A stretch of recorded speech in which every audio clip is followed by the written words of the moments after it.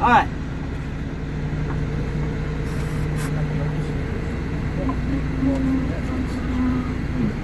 Alright, when you guys are doing your air brake, you don't really have to put on your seatbelt. Okay? But if you want to, that's fine. It'll be a good idea. Mr. Examiner, I'm going to go ahead and fasten my seatbelt. I'm going to be checking my seatbelt, make sure it's in good condition, it's not cut, phrased, and make sure it's in good condition, that it's properly mounted and secured, and that it does latch, and it unlatches. Just leave it latched. Okay? I would like to perform my air brake test. With this test, I'd like to be at least at 100 psi, and I'm going to be working strictly with my primary gauge throughout the entire test. Just the primary gauge. So there are two gauges here. It's noted as F and rear. It's a front and rear. So we're going to be concentrating on the front one only. Okay. But to start this test, I got to be at least at 100 psi. So I'm going to rev it up a little bit and build that air pressure to 100 psi.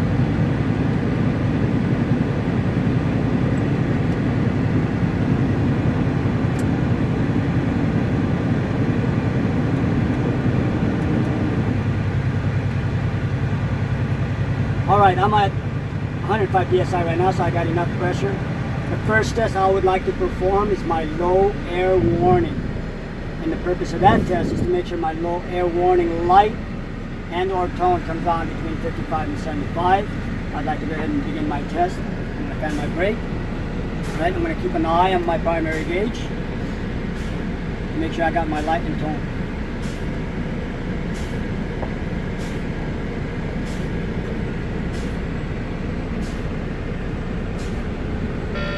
Got my tone on the secondary. There's my light on my primary. Alright, Mr. Examiner, this is a good test because my light came on at 55 psi. Therefore, it's a good test because it's in the parameters of 55 and 75 psi. Now, the next test I would like to perform is my compressor cut out test. And the purpose of that test is to make sure my compressor cuts out before my primary needle exceeds 140 psi. By doing that, I'm going to go ahead and throttle at 1200 RPM, and I'm going to keep an eye on my gauge to make sure that it does cut out. My meaning for that is the gauge is going to settle, it's going to stop. It's going to stop rising.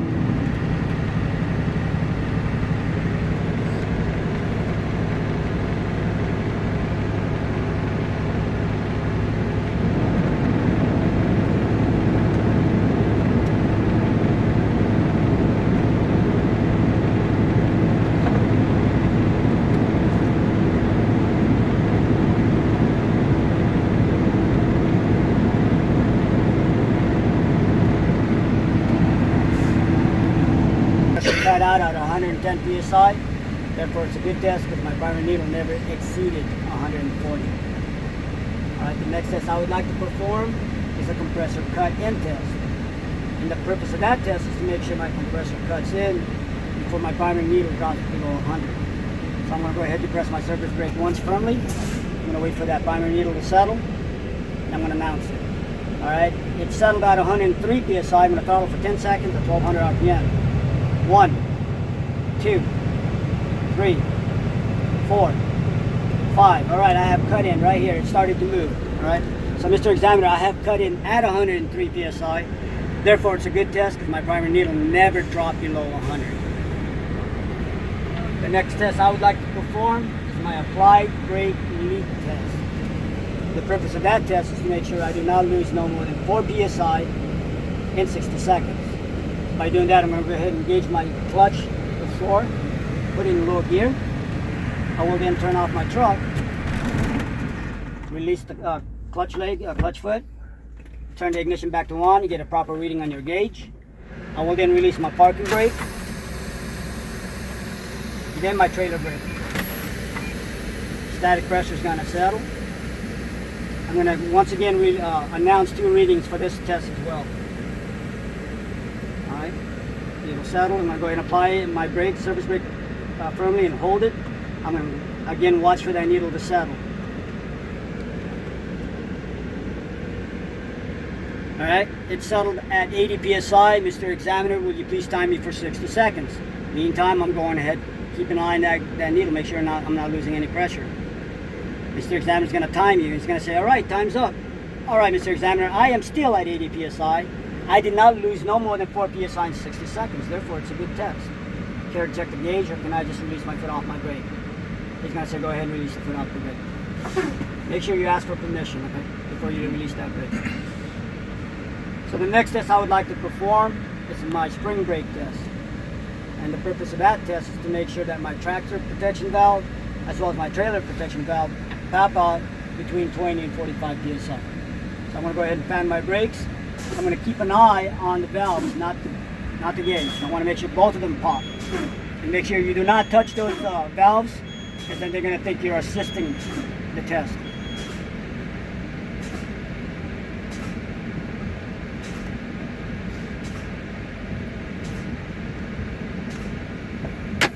They did both pop out.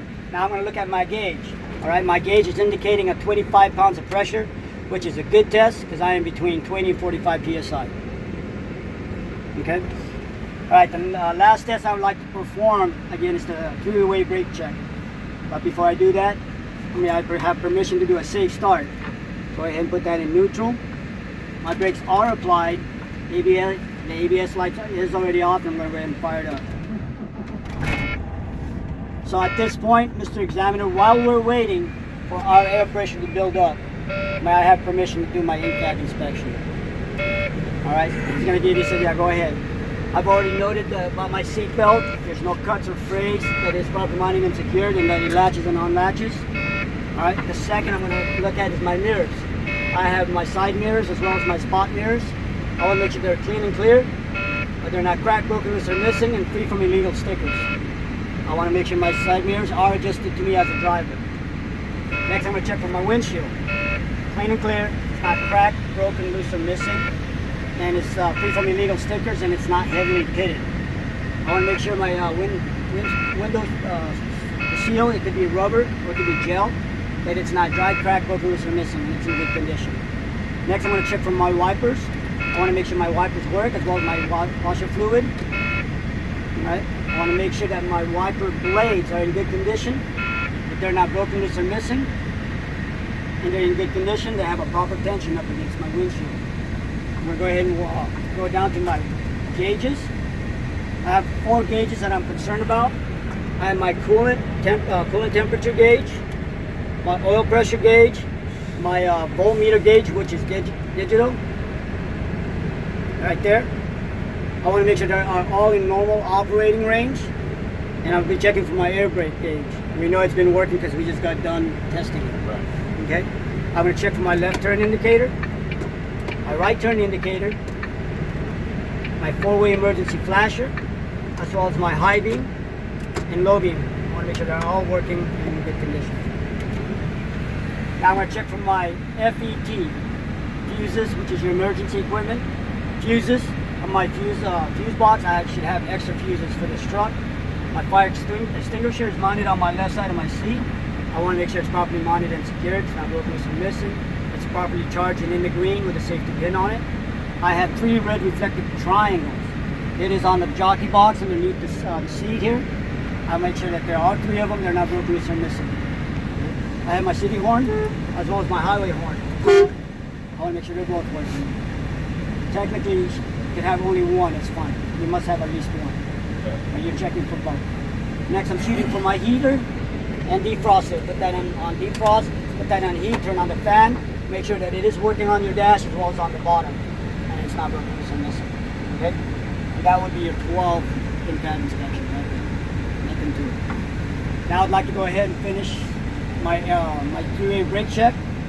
First thing I'm going to do is engage my clutch, put my transmission in low gear.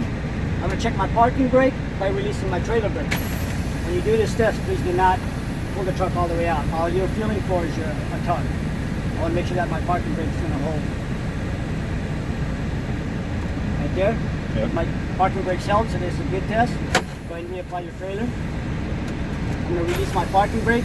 I'm going to check my trailer brake. And I'm going to do the exact same thing. Okay? I'm going to make sure all that air releases. Alright, now I'm going to do the same thing. We'll do our tug test. There. That was a good test.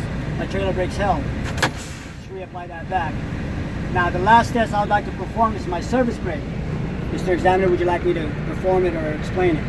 Most likely or not, he's just going to make you explain it. Be in a safe position. Go ahead and put that back in neutral. The brakes are applied. Release the clutch. Explain it as if you were actually going to perform it. Right? So, for example, the first thing I do is engage my transmission in low gear. Release my parking brake. Release my trailer brake. Place my left hand in 9 o'clock position. Right hand at 3 o'clock open palm. I'm going to go ahead and roll up 5 miles an hour, 15 to 20 feet. I will then apply my surface brake firmly. If my tractor and trailer stops straight, it is a good test. If my steering wheel tugs either left or right, it's an indication I either have a low air, flat tire, or my brake bearing need adjustment. So, example, that would include my air brake test as well as my in-cab inspection. Okay? Perfect. We're good? Yep. Yeah. When we are doing the actual test,